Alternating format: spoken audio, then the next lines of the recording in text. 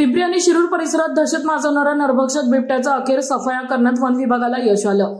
गेल्या 20 दिवसांत 3 जणांचा त्यात 2 निष्पाप मुलांचा बळी घेणाऱ्या या बिबट्याने संपूर्ण भागात भीतीचं वातावरण निर्माण केलं होतं। वाढत्या हल्ल्यामुळे नागरिकांची आंदोलन, रस्ते रोको आणि संतप्त जमावाचा रोष समोर येत असताना वन विभागाने अत्यंत शास्त्रीय आणि नियोजनबद्ध पद्धतीने मोठी मोहीम उभी केली।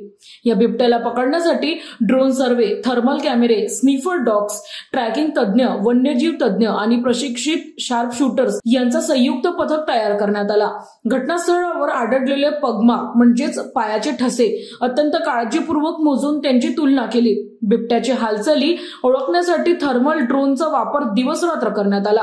कॅमेऱ्यांमधील माहिती, पगमार्कची जुळणी आणि स्थानिकांकडून मिळालेल्या सूचनांच्या आधारे बिबट्याचा मागोवा हळूहळू निश्चित होत गेला। वन विभागाची माहितीनुसार सोमवारी रात्री त्याला पाहताच प्रथम बेशुद्ध करण्यासाठी डार्ट गनने गोळी झाडण्यात आली। मात्र हा प्रयत्न अयशस्वी ठरला आणि बिबट्या अचानक आक्रमक झाला। पथकावर झेपावण्याचा प्रयत्न केल्यानंतर परिस्थिती नियंत्रणाबाहेर गेली आणि अत्यावश्यक स्थितीत शार्प शूटरने गोळी झाडली। गोळी बिबट्याला लागली आणि त्याचा जागीच मृत्यू झाला। पोस्टमॉर्टम मध्येही बिबट्याचे पगमार्क आणि घटनास्थळावरील ठसे यांची 99.9% जुळणी झाल्याचे निष्पन्न झाले। म्हणजेच हा तोच बिबट्या असल्याचं शाश्वतीने स्पष्ट झालं।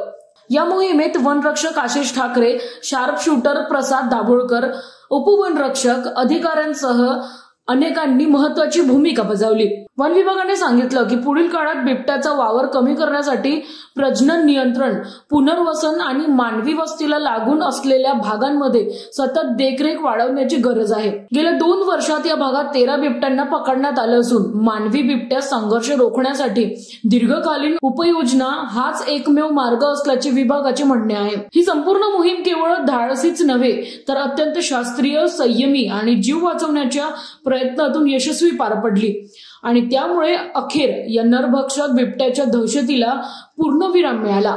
तर अशाच महत्त्वाच्या घडामोडी पाहण्यासाठी फॉलो करा न्यूज डॉट्स आणि क्राईम डॉट्सला। धन्यवाद।